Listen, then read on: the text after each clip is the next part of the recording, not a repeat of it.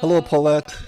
Hi. It's so good to see you and Rosaire. And Colette, hey. hi. I don't know the other folks present, but I'm just so honored to be in such good company, and it's so good to see people. It's been such a long time. Yeah, Paulette runs a gallery where my show is currently on. I mean, it's a digital show, but then she has, because of the situation, she did not want to have a show, so she had four of them are printed out and displayed on the window. But the rest of the work is digitally online, and it's concrete poetry based, but it's somewhere else. So I'm really grateful also to have an opportunity for us to have this intermingling of all these different visual, entries into this language. Such a Yeah, beautiful I, show. I'm so honored to have it, and a lot of people are seeing it because the streets are very lively right now. Good, good, yeah. And so a lot of passersby and people stop and read and look. So it's been great. It's been really nice to see the interest and just to have that presence there. So I think this is going to be the Great. way I'm going to go now for a while. I will be putting things in the windows while I can.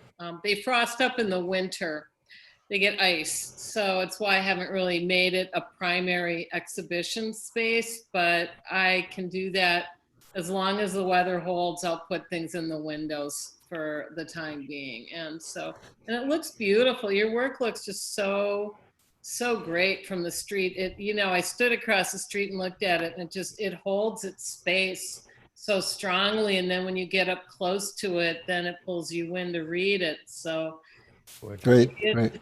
but thank you for hosting this, Edwin. Thank you for putting this together. Sure. It's wonderful. You guys are gonna throw down some visual poetry, huh? Oh yeah, it's gonna be nice. We're gonna throw it down. Yes.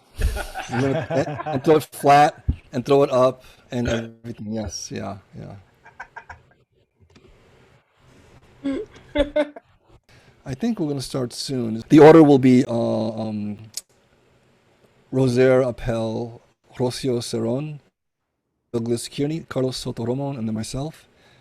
We'll each present for a little while, and then we'll talk. We'll open up the floor.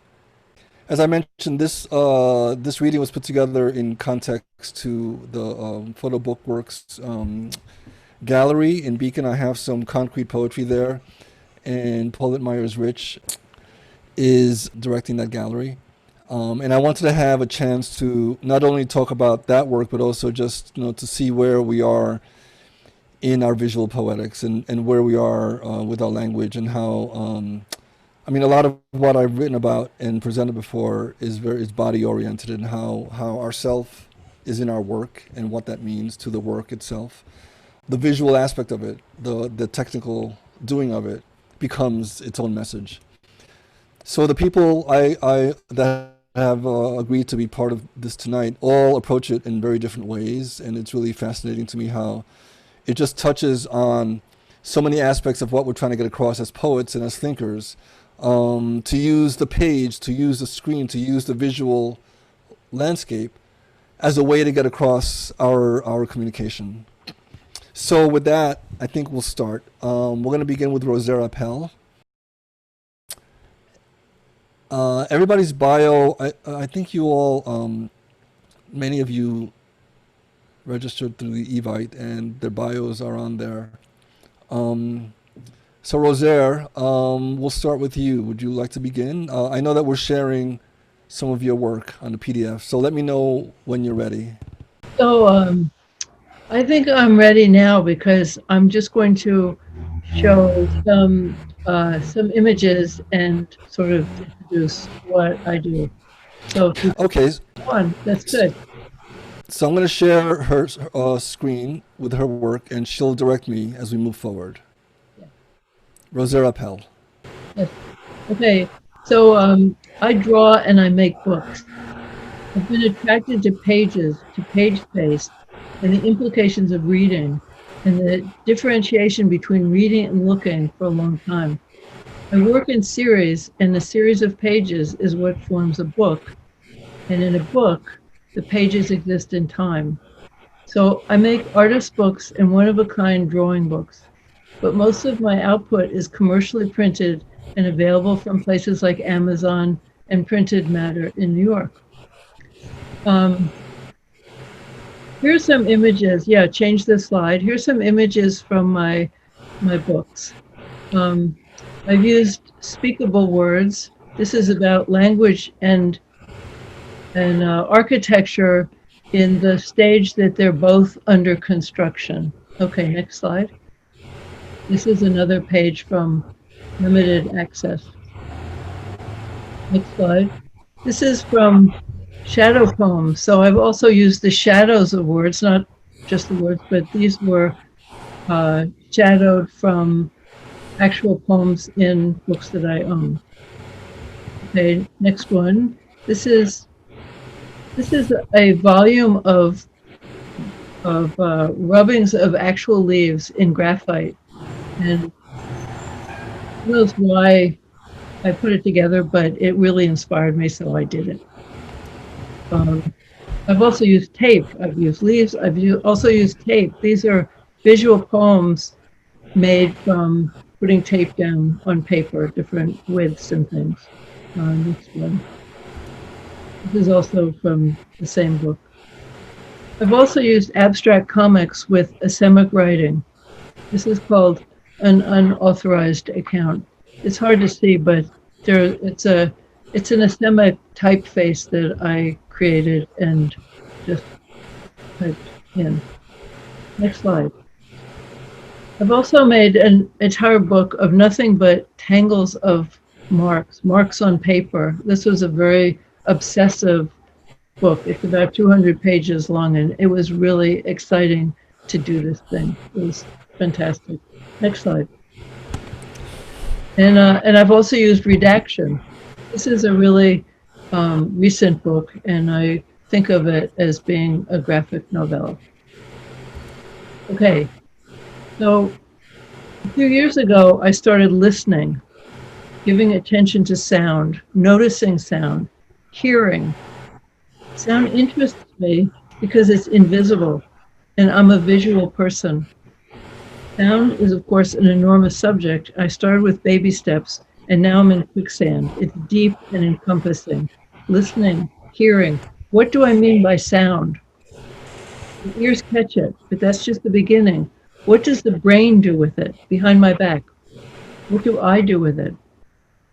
My first listening experiences generated verbiage, description, identification of sounds, preferences, but I'm sick of words, and I'm not interested in reproducing sounds, making music, imitating, performing. I'm talking here about ambient sound, soundscape, noise, or sonic environment. Next slide. My first sound book was Sea Songs in 2012. When the eye listens, the mind sings.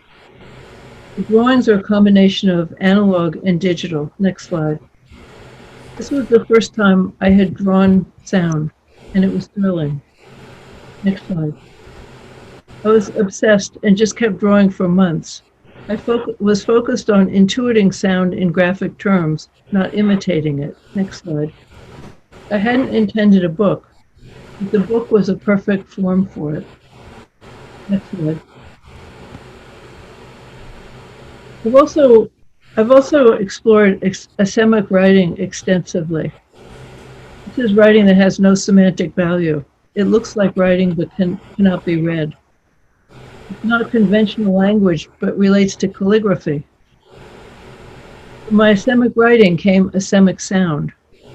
These are like notations of singing practice. Next slide.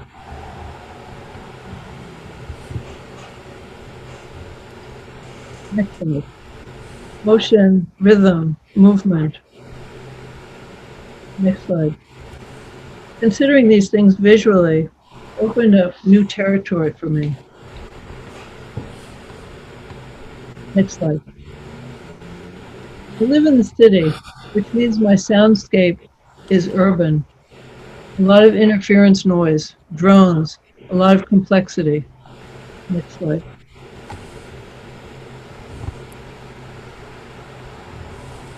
Okay. In 2018, I began a series of drawings around 16 by 20 inches using ink on polyester film.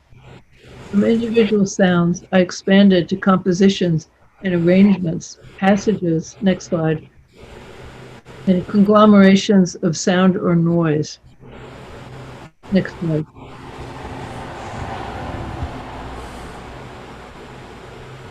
Okay. Many of these were exhibited in 2019 at Skoll Street Studios in Brooklyn. The title of the exhibit was Unsettled Schools. Next slide.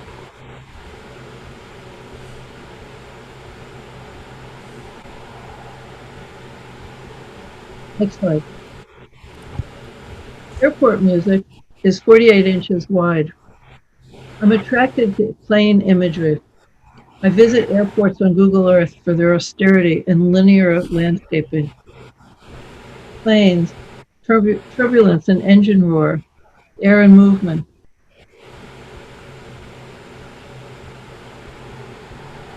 Next slide. The detail of it. This is a digital print. Next slide. I also draw on vintage ledger paper, nautical charts, architectural plans, and digital printouts. Next slide. This opens up the information field, introducing other layouts and numbers in diagrammatic forms. Next slide. My second sound book was called Soundtracks. I'm referencing our common sound environment that still exists as raw material, although aspects of it have been civilized and codified by way of music and speech. Next slide. These pages call for a combination of visual listening and spatial imagining. Next slide. Synesthesia is not required. Next slide. Last year, I embarked on a project called Black Book Pages. It's an unbound book of creased drawings. These have the look of chalkboard, but they're ink on polyester film. Next slide. The surface is slippery. I was thinking of ephemerals, like sound, like seasons. Next slide. Appearance and erasure. Marks that are on the verge of vanishing. Next slide. Some of these were exhibited at the Reading Room and Photo Book Works in Beacon this past February. The show closed early because of the pandemic. Next slide. The pandemic. My most recent sound book is Corona Panic Score. It was drawn in ink on vintage sheet music paper. Next slide. I think it speaks for itself. Next slide. Next slide. That's it.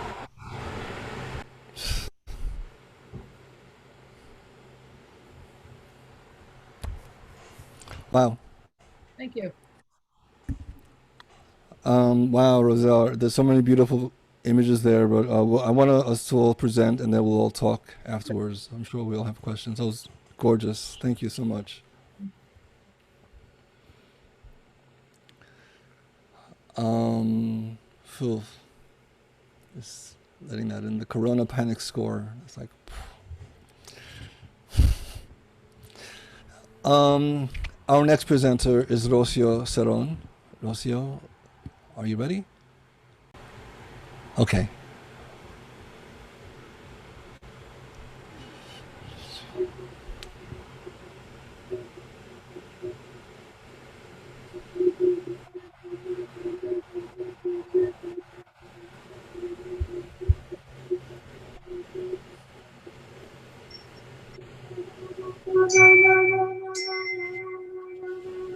We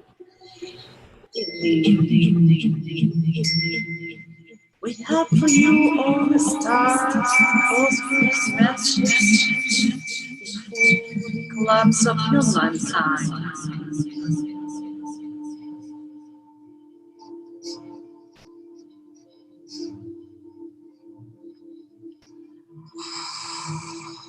Good evening. We have for you all the stars, phosphorus matches before the collapse of humankind.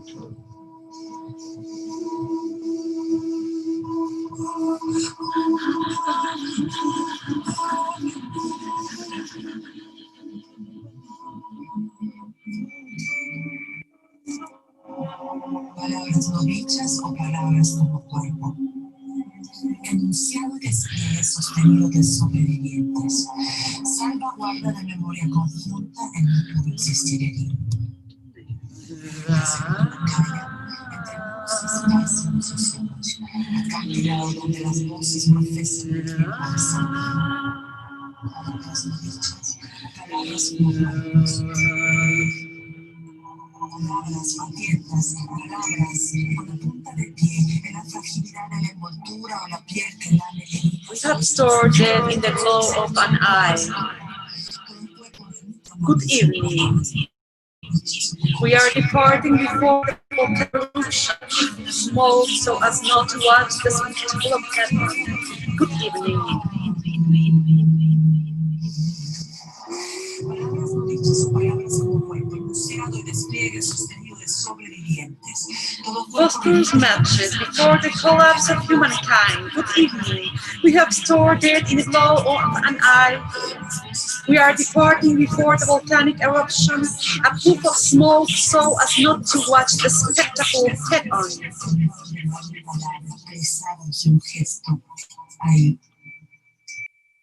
All systems have been deactivated.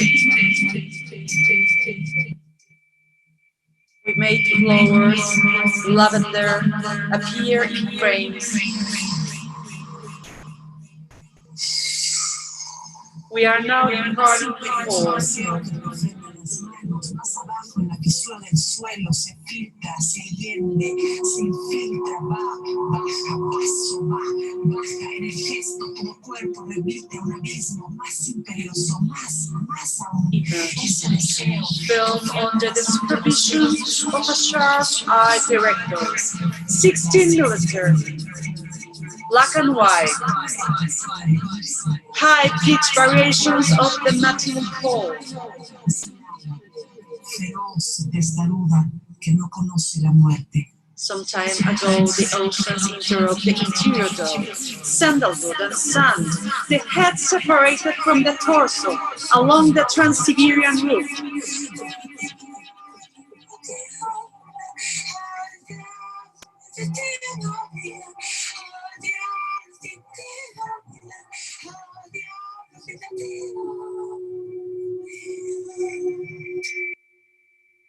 Along the Trans-Siberian route, a passenger will come all covered in ferns. Good evening. We have stored it in the glow of an eye. We are departing before the volcanic eruption. Water, tidal wave, lust, solidity transforms the lips.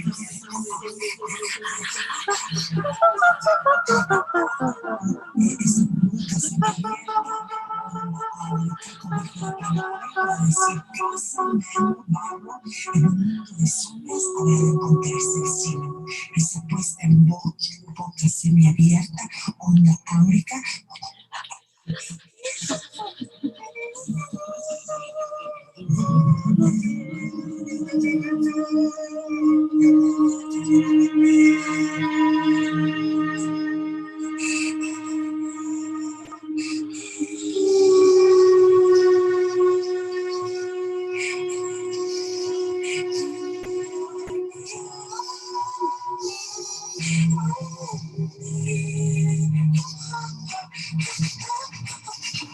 If only we could know what lies beneath.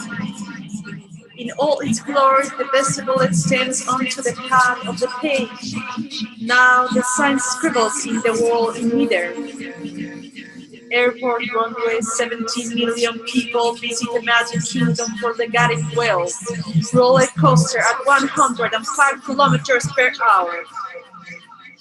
Es el agua feroz y testaruda que no conoce la muerte, la fisura o la envoltura o la piel que la meridan y se desenvuelve en los pesados en un gesto.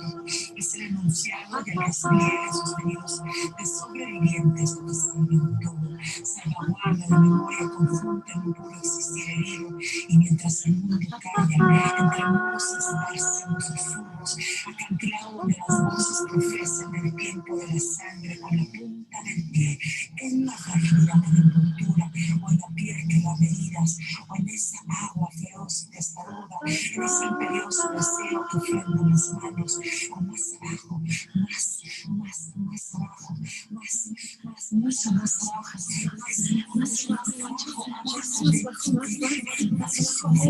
esa fisura del suelo sin fin y hiriente, esa palabra,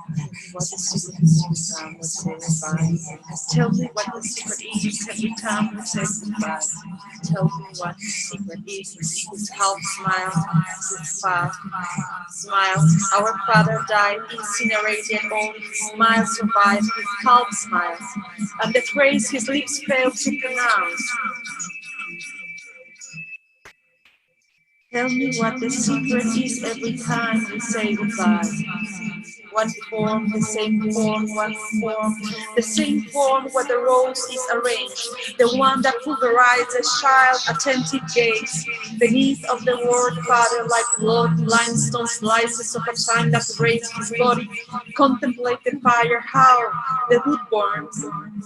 La belleza reside en guardar ese primer olvido, ese medio, sobre la misma Airport, 17 million people visit a magic kingdom for lethargic whales.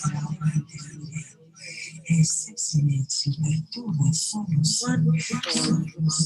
The same form, frontality of love.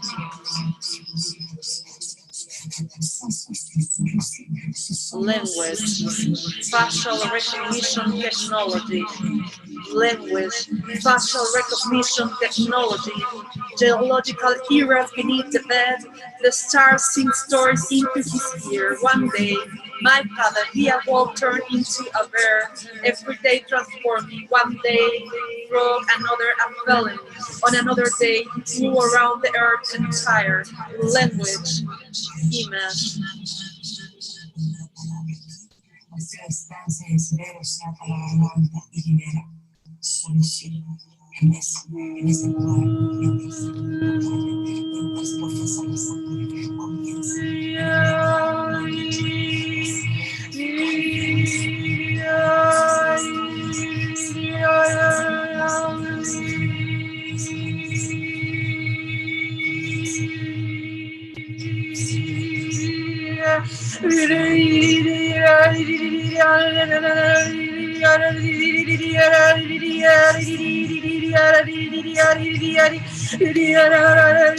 One form, the same form. Supplications, gather the humility of our supplications. Refill your heart with more. Refill your file with more on edge by its turn. Restore yourself. Restore. Tell me what the secret is every time we say goodbye. Restore yourself. Restore yourself. Restore yourself. One form, the same form. Restore yourself. Restore. Meanwhile, on the streets, men desert before the war of the proximity of another war. Women tabulated crumbs. Asylum. Restore yourself. Restore yourself. Restore. Restore yourself. One form, the same form, the same form, one form, the same form, one form, the same form. Restore yourself. Tell me what the secret is every time we say goodbye. Our father died incinerated. Only his smile survived, his half smile, and the phrase his lips fail to pronounce.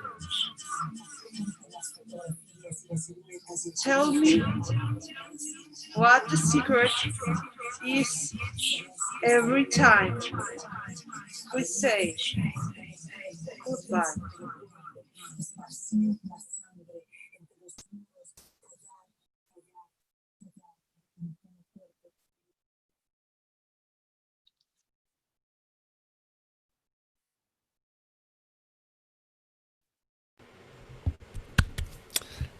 Wow, thank you.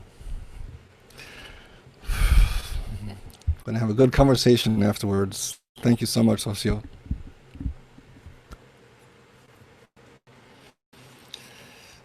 Okay. Our next presenter is Douglas Kearney. Douglas, are you ready? Yeah. Okay. So Douglas, I'm going to share a screen with Douglas's work, and he will also direct me. So 1 second, please. Thank you, Rocío. You're welcome. 1 second. You know, there's all these different... Okay, here we go.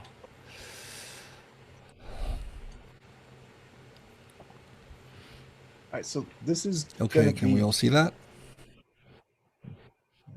so this is gonna be kind of a blend between performance and just kind of talking about some of the new stuff. If you like, you can advance the slide. I'm just gonna talk a little bit about the kind of contrast between the textual and the textural. First, I'm gonna talk a little bit about textual. And the way I'm trying to understand that is through work like this. This is a poem called That Loud Ass Colored Silence. And it became useful to me at a point recently to start referring to the software I use to compose the different poems as a way of differentiating between formal approaches and therefore performance approaches or the absence of performance. And other compositional approaches. So I'm going to do That Loud Ass Colored Silence. This was composed in InDesign. It's a software many of you might be familiar with. Read the whole wide world, reach whole wide and whole wide someday. So we are over, someday, we are overcome, someday, we are all afraid, someday is what the wanted, unwanted, don't want, are all around the whole wide world, we are overcome, someday, walk hand in hand, we are not free, we are in whole, we are not free someday, we are some not someday, we shout so deep, deep in hole, we are all walloped up into dream, upended and marched into houndstooth, knit elbows, or garden of a million clenched buds. The doubled vox redoubles into sync redoubt and sinks into that old silencing, right? What? We ain't iron, am. We are all, we walk, we are all of, we are shot.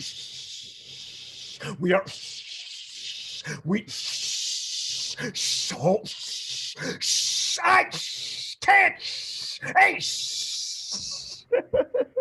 hashtag Black Lives Stutter. Bow wow, says the dog. Bow wow, says the dog. Hashtag Black Lives Stammer. We are. I can't. Hashtag Black Lives Matter. I can't. Bow wow, says the. Hashtag Black Lives Yammer.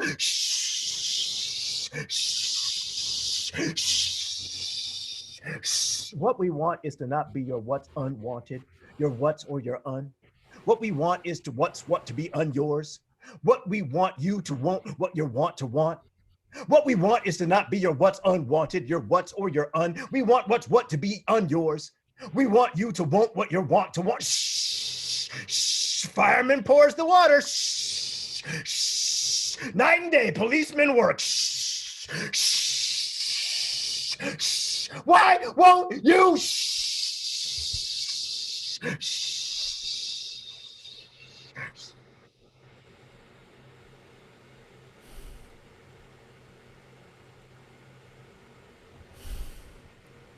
Now, in terms of textuality, InDesign works through a process called vector, and that smooths out all the type. So all the typography is going to look just as clean as whatever typeface you choose, unless you distress it artificially. And I'm into artificial distress because artificial distress, like oftentimes in workshop, we use the term polishing, which is an artificial process done to an object to change it. So to me, distressing something through your revision process is just as valid as polishing it. However, the visual treatment of distressing was something that I found less agreeable. It was just getting kind of tired and felt less interesting. If you wouldn't mind advancing the slide. So this poem here is called Current Events.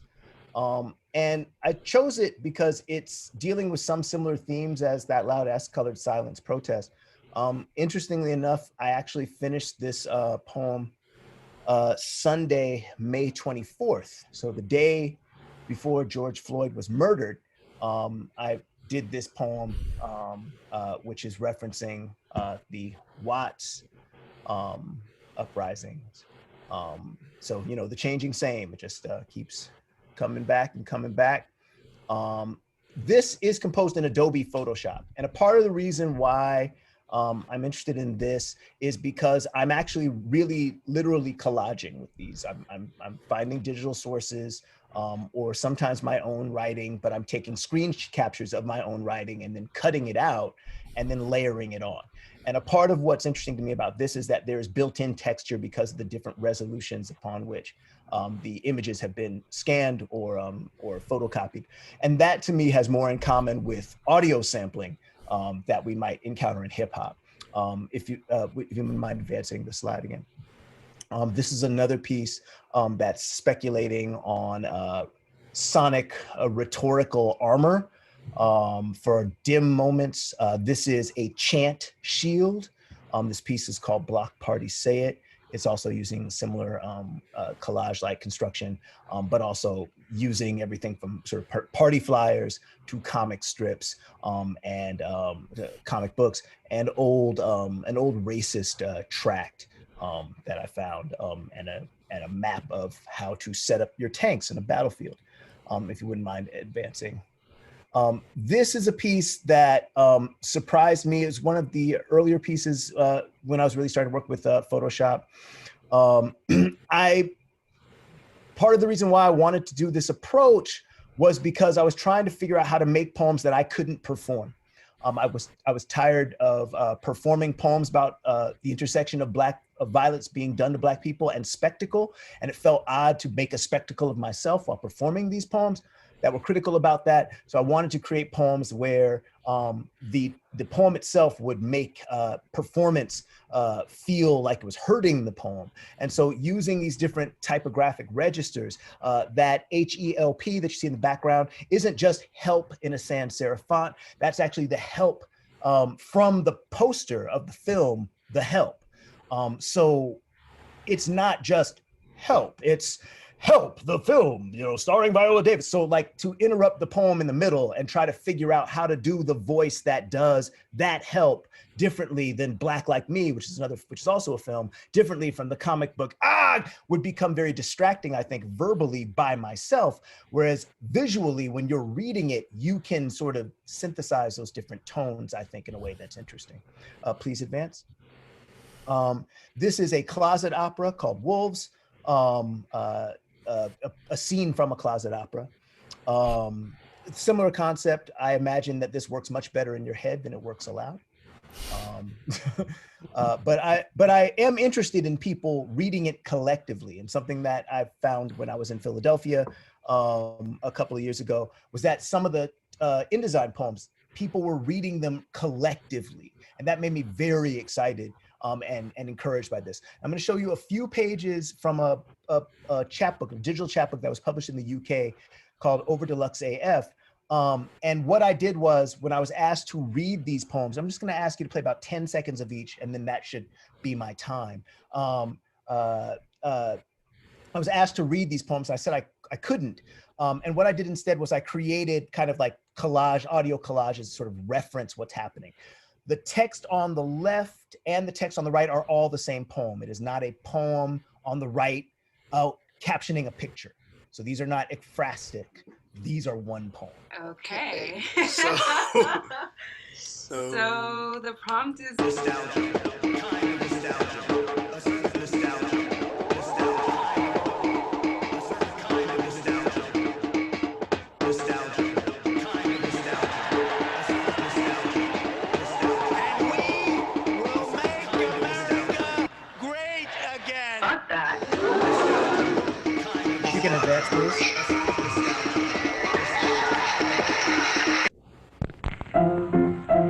Let's all go to the lobby. Let's all go to the lobby. Let's all go to the lobby to get ourselves a treat. Origin of Nigger Heaven. First recorded in 1865 to 70, with reference to the former segregation of black people in the balcony of theaters.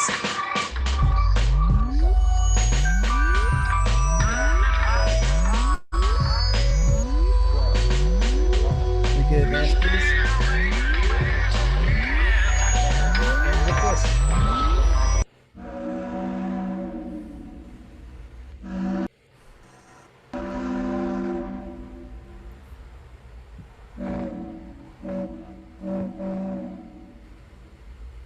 Now listen up there. Easy.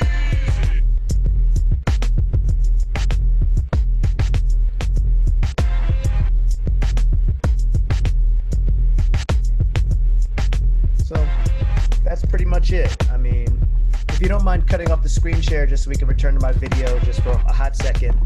So basically, in order to do these poems, to perform them, I'm going to have to learn how to use this thing. But that's all right. It's going to be fun. But that's my time. Thank you all very much. Fantastic. Thank you, Douglas. Wow. Okay. Whoa. A lot of conversation along the way. Beautiful.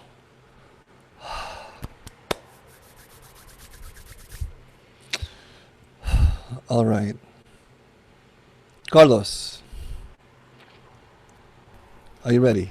Yes, I am ready. Can you make me a host or co-host? Yeah, I mean, you should be co-host. Are you there? All right.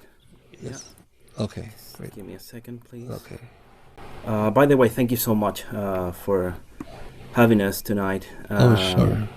Douglas, Rocío, Rosaire, you guys are awesome. Incredible work.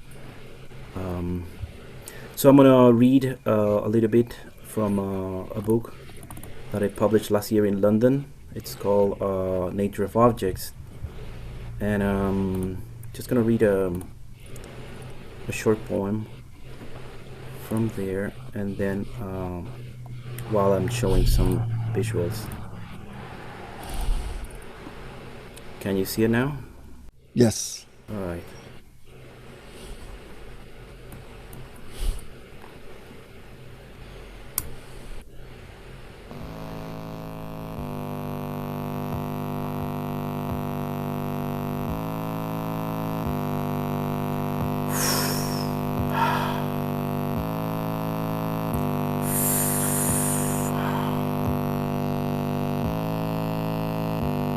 Tratas de percibir este silencio. Las cigarras recién han dejado de cantar. Ahora caen muertas como meteoritos, una a una. Hay un olor a emporio en las calles. Llueve. Los resumideros se tapan con hojas amarillas que parecen cadáveres abandonados. Tratas de percibir este silencio mientras soplas levemente tus heridas. Es otoño. El viento mece los cables, las luces parpadean. El tiempo de los arrepentimientos se asoma tímido tras las cortinas, justo detrás de las cicatrices. Los cisnes se esconden, los lagos se congelan. Ahora es invierno otra vez.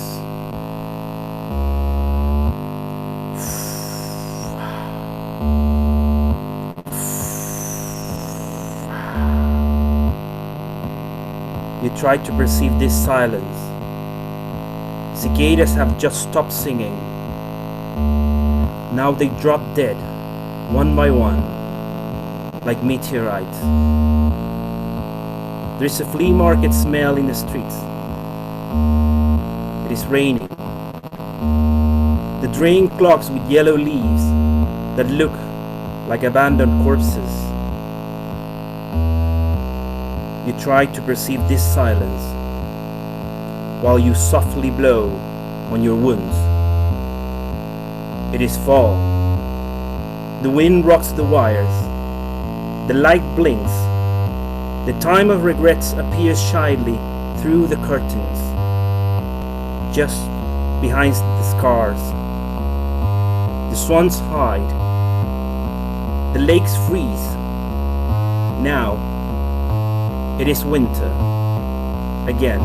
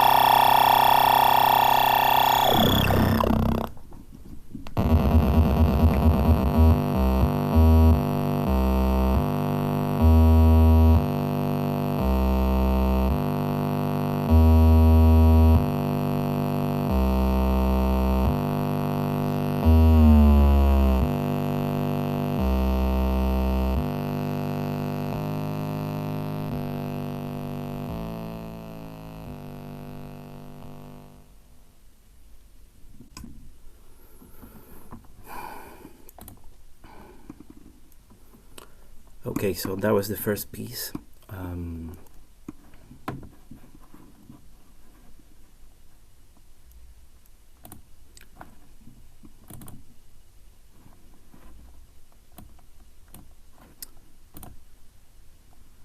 And for the second part of the reading, I'm just going to read from some poems from Common Sense. This is a book that was published last year by Magnau Press in Los Angeles. And I'll be showing some visuals from my book, Chile Project, that you can find online for free. I'll share the link later on. So for Common Sense, they say, who do the saying, Amiri Baraka. Says yes, says no, says maybe, says I don't know, says perhaps, says I don't think so, says probably, says tomorrow, says after tomorrow, says never. Says don't point profanity, says don't show licentious nudity, says don't mention illegal traffic, says don't infer sex perversion, says don't display white slavery, says don't represent miscegenation, says don't mention venereal diseases, says don't show childbirth in fact or in silhouette, says don't depict children's sex organs, says don't ridicule the clergy, says don't offend any nation, says don't offend any race, says don't offend any creed.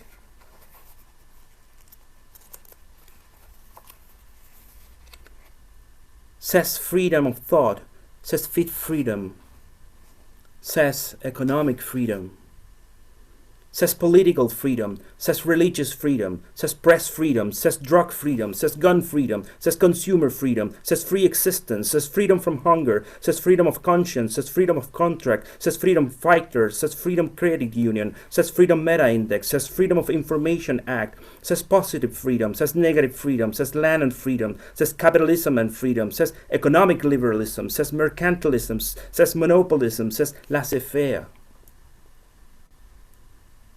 Says scientific freedom, says academic freedom, says freedom of the press, says free will, says thought crime,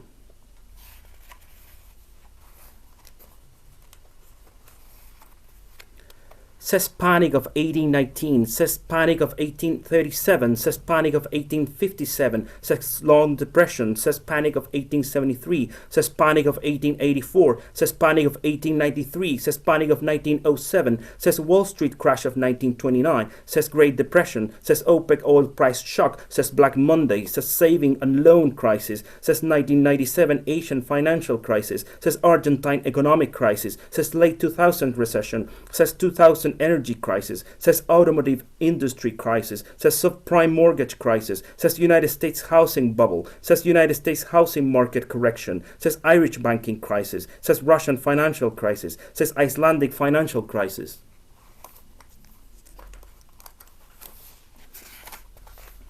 Says I, says M, says F,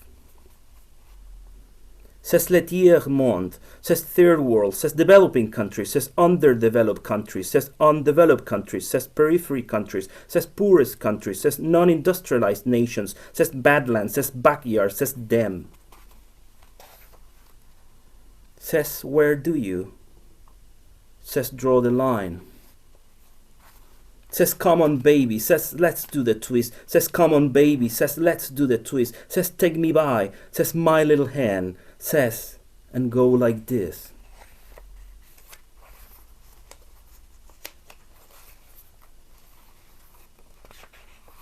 Says plague of Athens, says Antonine plague, says plague of Justinian, says bubonic plague, says Black Death, says the Great Plague of London, says the third pandemic, says measles, says smallpox, says whooping cough, says influenza, says syphilis, says cholera, says typhus, says tuberculosis, says leprosy, says malaria, says yellow fever, says the English sweat, says viral hemorrhagic fever, says Staphylococcus aureus, says superbug, says avian flu, says swine flu, says HIV, says SARS, says H1N1, says H1N2, says H2N1, says H3N1, says H3N2, says H2N3, says H5N1, says COVID-19.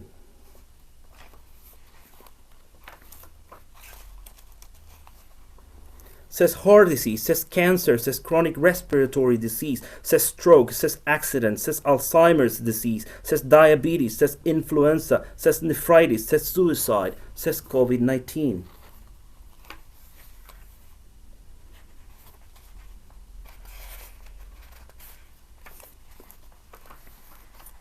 Says what is your name, says how old are you, says are you male or female, says are you married or single, says what is your occupation, says are you able to read and write, says what country are you from, says what is your race, says what is the name and address of a relative from your native country, says what is your final destination in America, says who paid for your passage, says how much money do you have with you, says have you been to America before, says are you meeting a relative here, says who, says have you been in a prison, says have you been in an almshouse, says have you been in an institution for care of the insane, says are you a polygamist, says are you an anarchist, says are you coming to America for a job, says where will you work, says what is the condition of your health, says are you deformed or crippled, says how tall are you, says what colors are your eyes, says what color is your hair, says how do you have an identifying mark, says where were you born, says who was the first president of America, says what are the colors of our flag, says how many stripes are on our flag, says how many stars, says what is the 4th of July, says what is the Constitution, says what are the 3 branches in our government, says which president freed the slaves, says can you name the 13 original colonies, says who signed bills into laws, says who is the current president, says what is America's national anthem called.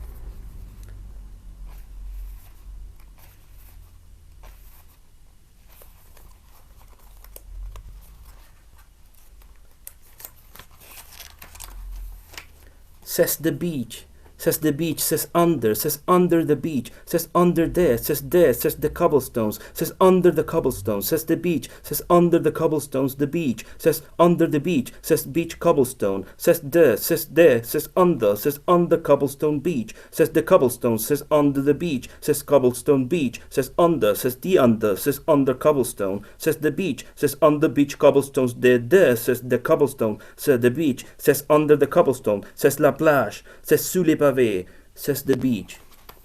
Thank you.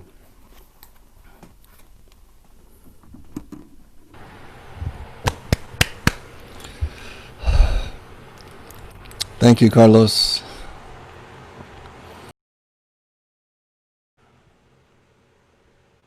Thank you. Wow, fantastic.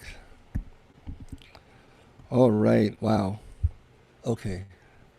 I'm gonna close now, and then we can talk a little bit.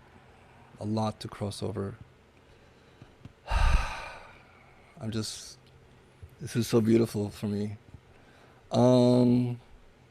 Okay. I'm going to share a few pages of what I've done before, and then I'm going to do a short performance. Let me get all my pages open as I need them. 1 second, please. Okay, muy bien.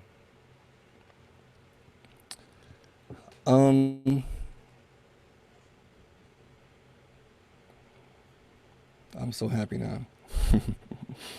Thank you all. Okay. I am, sorry, screen share takes a little while.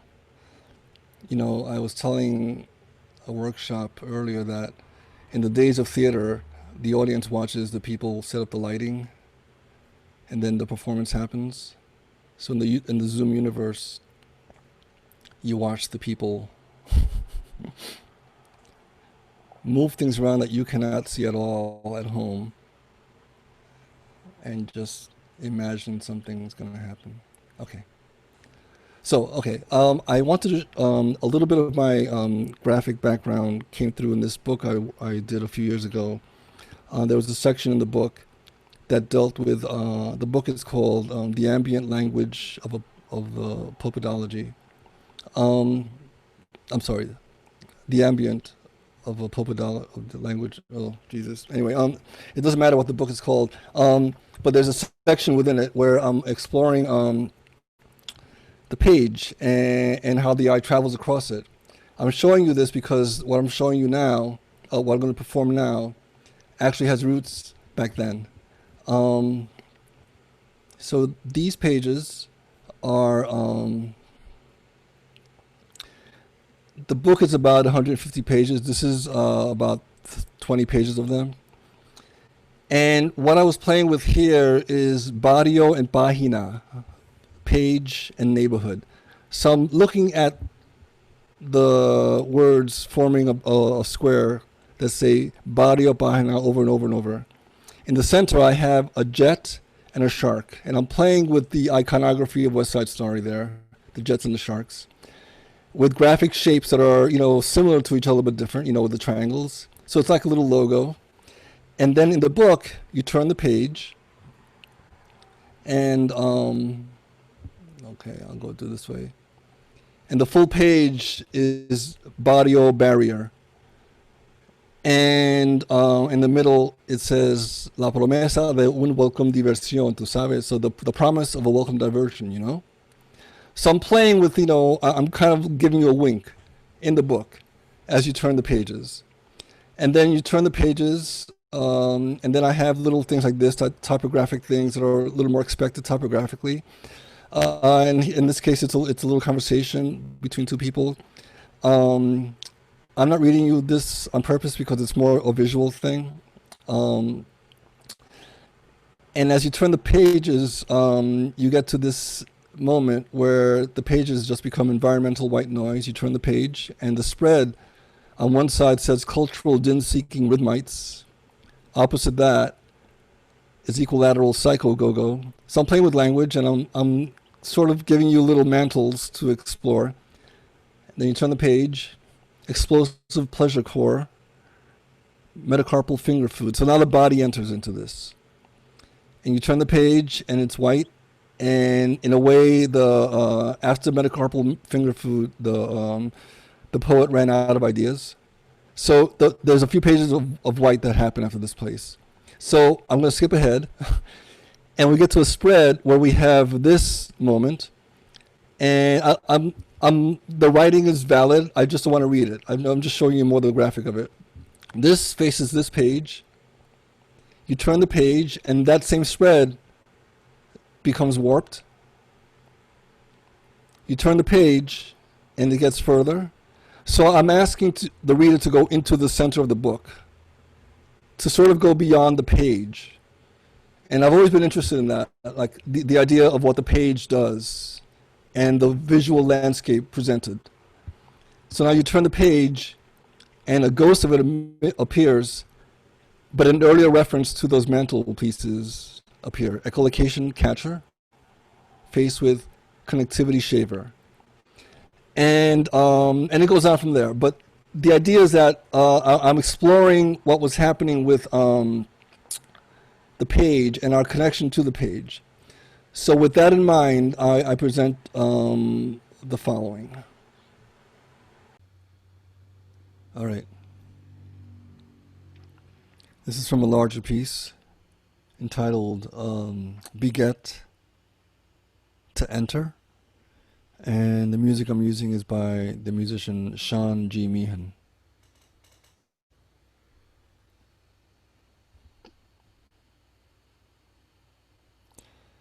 Oh, emerging mirror, to exact breath on a mirror, I'm here for you, irreducible, untellable, myself. If the world we were avoiding was, at the final reckoning, given to us as one, born with full toxic awakening, would we ignite our full sensorial rebirth into that pain, to accept finally the world we've made as the one we partner with? Might patterns pulse repulsing is pattern might, so as to enter knowingly grand spaces like we, from inside the mouth, the air falling, so as to meet with fullness the knowing we partner with. When we say something, we are dressed with knowing, each syllable a world unto itself.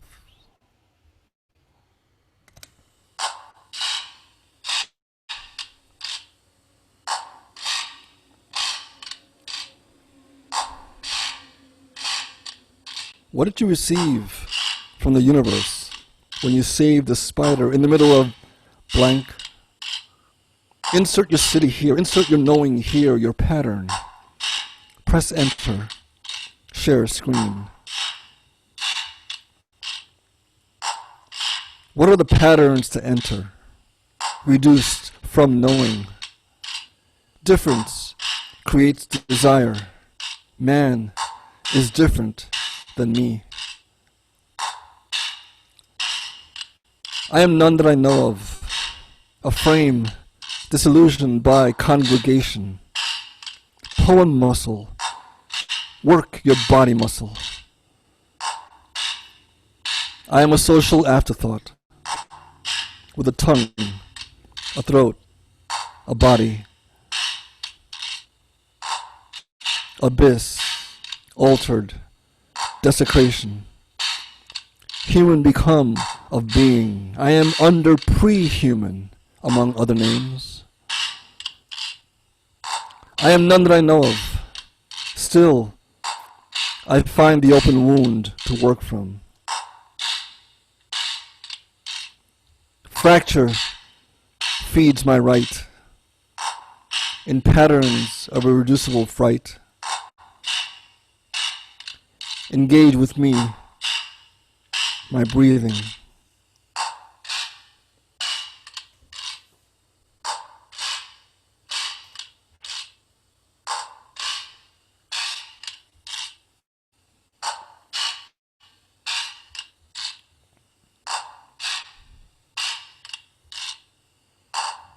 No conclusion to surrender, no arrival for plummets that know your name before you do, no softer embrace sounded for fluid horizons across lineage, no there that explains how here is doing without you, no crimson ability for dawn's attenuate delivery, no matter in the form of blessed unseeing, of stroked accumulations that imagine touch, of spun refractions that had come to visit you before exactly when you were always not ready.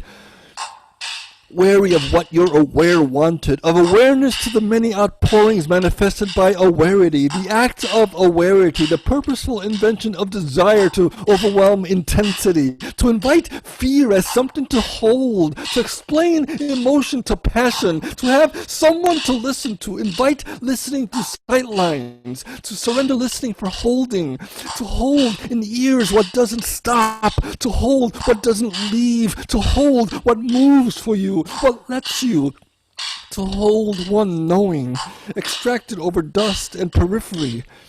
If sightless passion for insurgent roaming of fingers over sensory spells is what listens through sight lines delineated by time,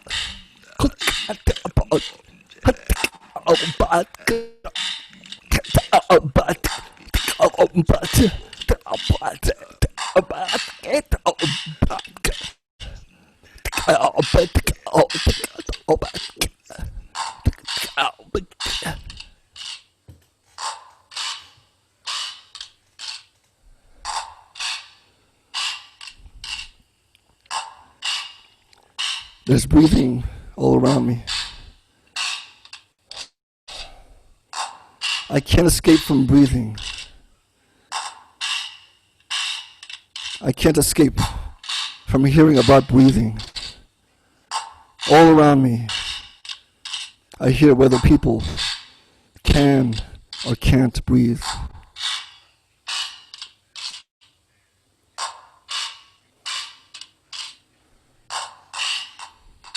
The oceanic surrender of our mutual drowning. A surface glimmer I gargle with.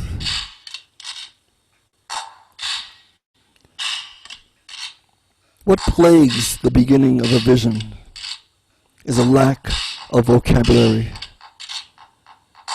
To invent imagination requires nothing. There is no environment. We are environment. World continues world. What changes? We. To nothing that wants to change. What plagues the beginning of change is the target, not the message.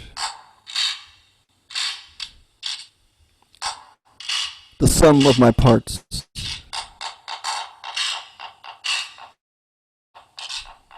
Note corpuscle Note being born blessed. Note relentless patina.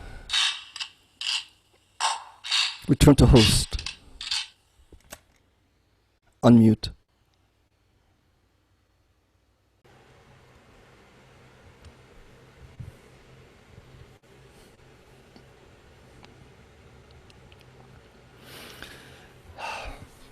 Thank you. I'll talk about that piece a little bit, and then we'll open the floor a little bit. I was looking at ways to kind of like explore what it is to adapt to the environment that you're presenting in a theater or on a page. We have the medium that we're working with in theater. It's lighting, space, what's happening on stage and what's happening in the seat. And the control that the audience has is what they're experiencing. In a book, you have a page in your hand that you feel, you turn and so forth. And the control is on the marks on the page, what's happening in the typography and everything. So I was looking at Zoom and how what are the spaces that we have to work with? But pixels, lights. So I wanted to see what happens if we were drawn in somewhere. The thing with screen share is I'm still learning how to not have one thing get in the way of something else. So that's a learning process, you know, but the idea is there where I'm kind of like presenting this kind of, before we enter the concrete poetry, we're in this world. And how can we get past this world to listen differently, to accept differently. The text goes on. The text was written before any of this. The text is sort of on its own and deals with, you know, the times that we're in, of course, but also about how we're questioning our ability to change. So I wanted to kind of like reference change in the text, but also, you know, obviously visually. So yeah, the experience of what we're given to kind of enter, and that opens the door to everybody else's work.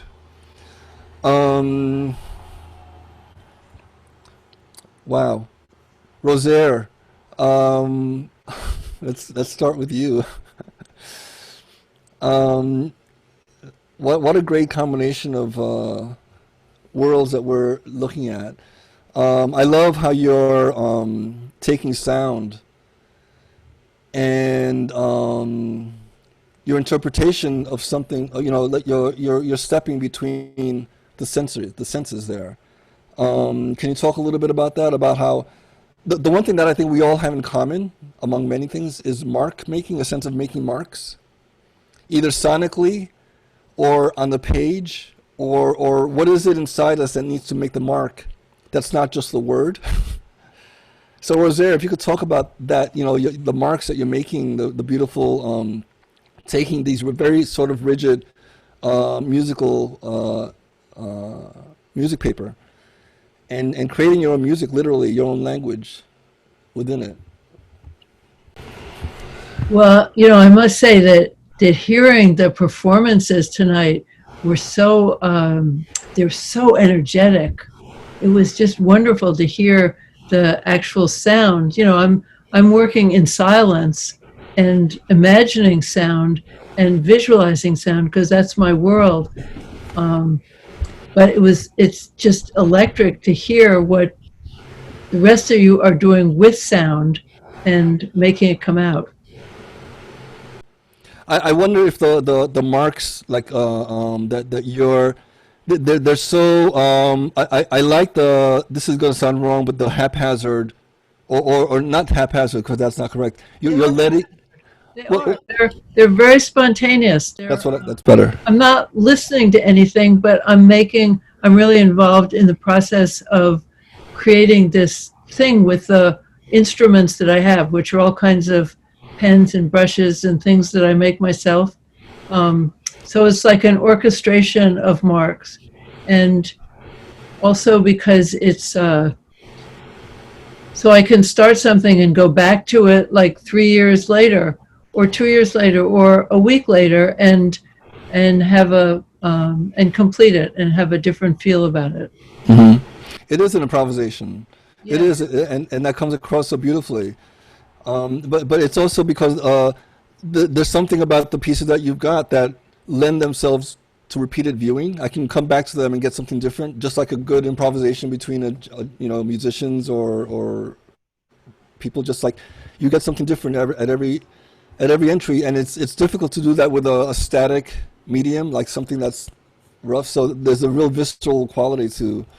And it's difficult to do something like that with words because words nail something down, and once it's nailed down, it's very hard to get away from it. But when you use abstract forms and languages, it depends on who you are when you're reading it, and you change all the time. So the reading changes, so the whole thing stays open. Right. Rocío, you're bringing in these elements of that are, like I was saying, they are somewhat theater live room based, but they're in your room. So now you're kind of like, bringing your screen into our screen. Literally, it's behind you, and now it's in front of us. So can you talk a little bit about your layering of materiality and how that becomes the poem for you, or something like that? Thank you for the invitation first, Edwin. And well, first, I think to put, as I told you, the video, to put it just to share the ¿cómo se dice? The pantalla, no?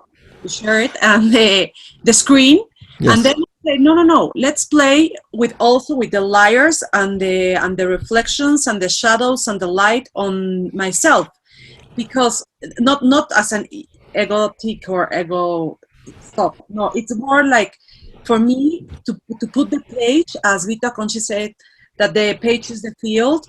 I think also the page and the text and the materialities of the poem is everywhere. So it can be at my back, it can be at the screen, it can be also, as I was thinking, as the voice, as the page, also the voice as the field, as a constructive space of the poem. So what you see here on the video is also a part of bitácora, like a process, like in a progress work, that you can see it on my web page in work in progress.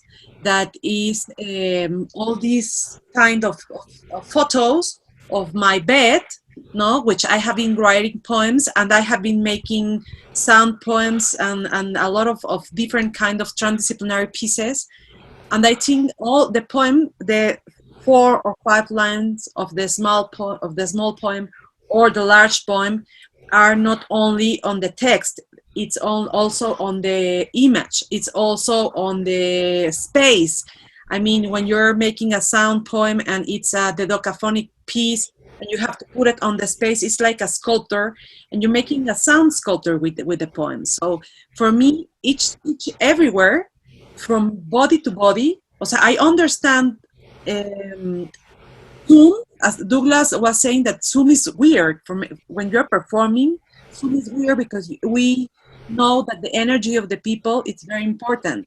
Carlos, everyone that performs knows that the bodies of the other people are very important because of the energy and the flow that comes and goes from the audience. Right. But this is our reality. We have to play with the screen, so we have to use and to improve the platforms for the poem.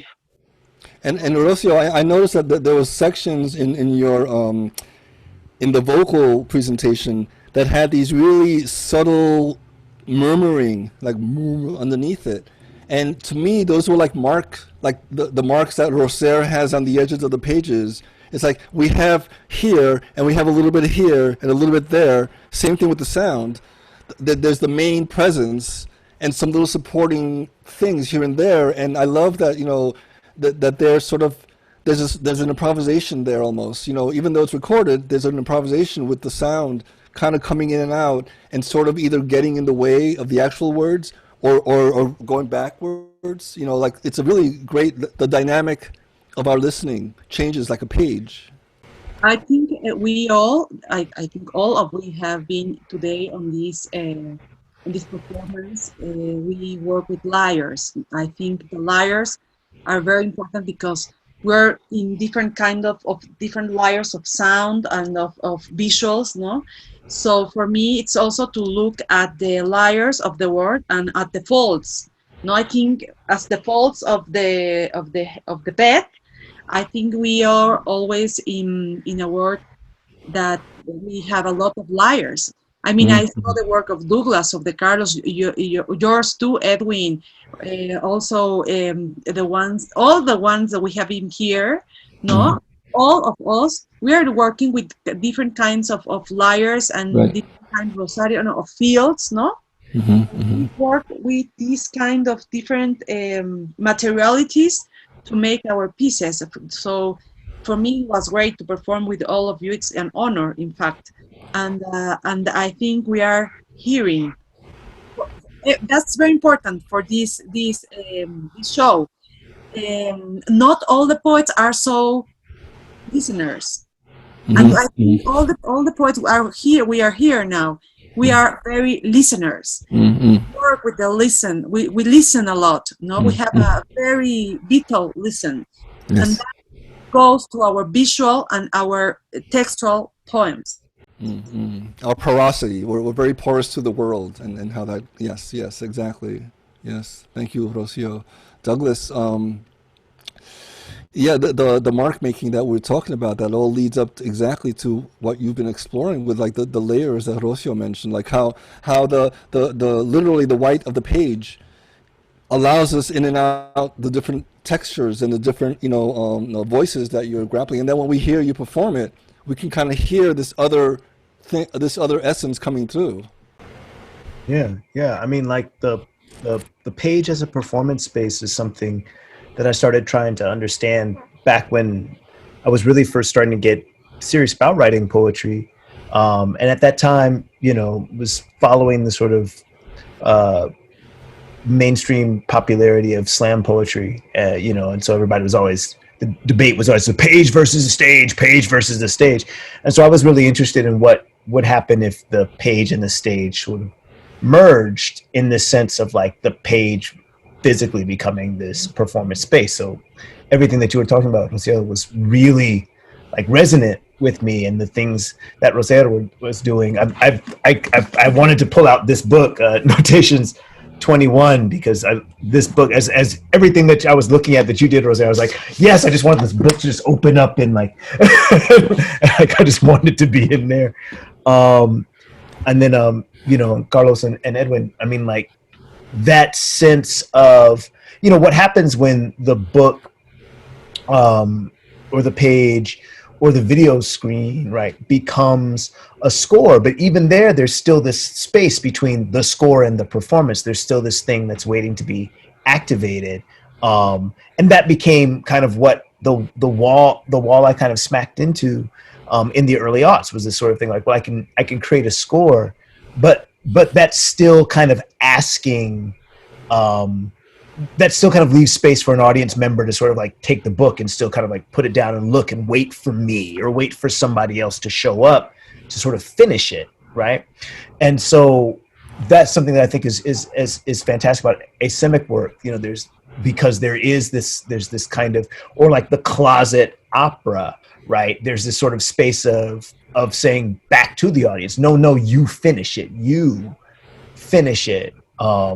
And so kind of creating this relationship between the audience and myself started with this collection called The Black Automaton, where I was creating these arrangements, these typographic arrangements on the page.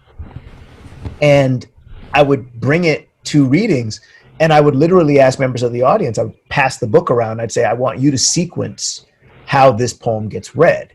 And I would make a really big deal of like, okay, this is Edwin's sequencing of The Black Automaton and the Despair of Existence #3.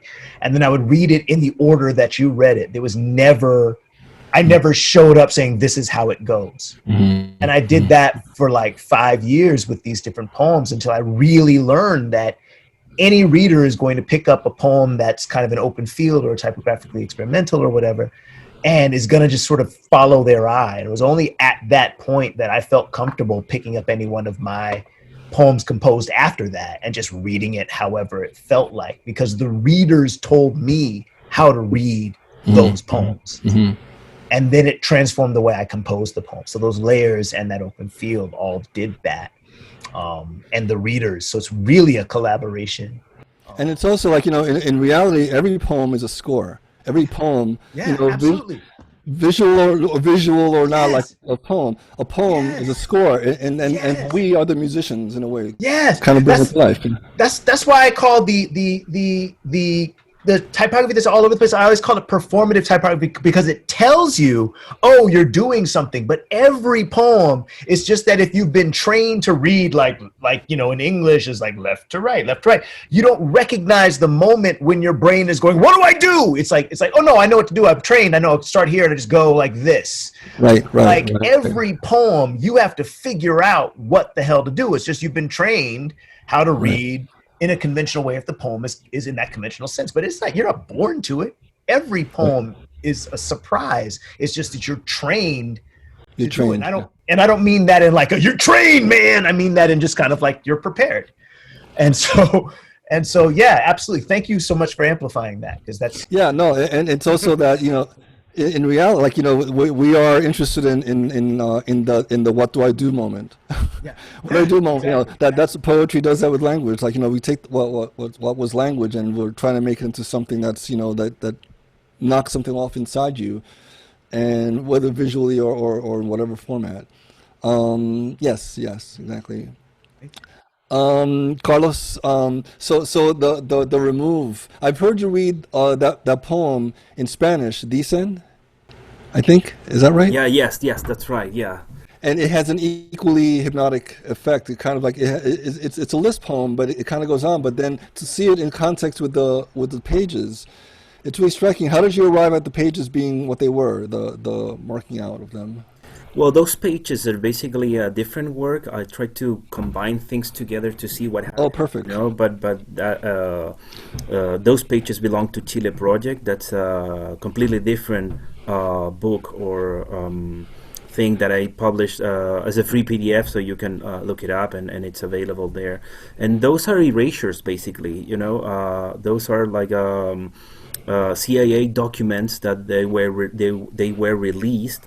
And there were documents about Operation Condor in Latin America.